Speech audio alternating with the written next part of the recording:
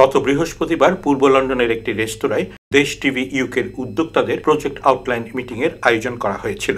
অনুষ্ঠানে প্রধান অতিথি ছিলেন যুক্তরাজ্যে বাংলাদেশের মাননীয় রাষ্ট্রদূত অধ্যাপক ডক্টর সাইদুর রহমান খান। বিশেষ অতিথি ছিলেন বিশিষ্ট কলাম লেখক আব্দুল গাফফার চৌধুরী। অনুষ্ঠান সূচনা করেন দেশ টিভির অনুষ্ঠান সমন্বয়ক লরা স্টিল এবং পুরো অনুষ্ঠান পরিচালনা করেন রূপা চক্রবর্তী। দেশ টিভি ইউকের চেয়ারপারসন লোকমান হোসেন স্বাগত বক্তব্য রাখার পর ব্যবস্থাপনা পরিচালক এম এ রৌফ এই প্রজেক্টের সম্ভাব্য আয়ের উৎস ব্যাখ্যা করেন। প্রধান নির্বাহী কর্মকর্তা শাহ সিদ্দিকী দেশ টিভি প্রজেক্ট এবং এর পরিকল্পিত কর্মতৎপরতা সম্পর্কে বিস্তারিত জানান। অনুষ্ঠানে দেশ টিভি ইউকের উপদেষ্টা ও পরিচালকদের মধ্যে উপস্থিত ছিলেন ABM আসাবুল হোসেন, ডক্টর আহমেদ জামান, আসাব আলী, সৈয়দ হারুন রশিদ, সৈয়দা নুরুন্নাহার চৌধুরী শিরিন, গিয়াসউদ্দিন, সমুজ আলী, নুরুদ্দিন মানিক ভূঁইয়া, মিনারা বেগম, ইউনুস আলী ও সাজ্জাদ মিয়া। প্রধান অতিথি এই উদ্যোগের প্রশংসা করে বলেন, যেহেতু উদ্যোক্তারা স্থানীয় এবং বাংলাদেশের দেশ টিভির অনুষ্ঠান ইউরোপের দর্শকদের দেখাবেন, সেহেতু মূলধারার সংস্কৃতি বিকাশে উদ্যোক্তাদের যে প্রতিশ্রুতি রয়েছে তা সফল হবে বলে তার দৃঢ় বিশ্বাস।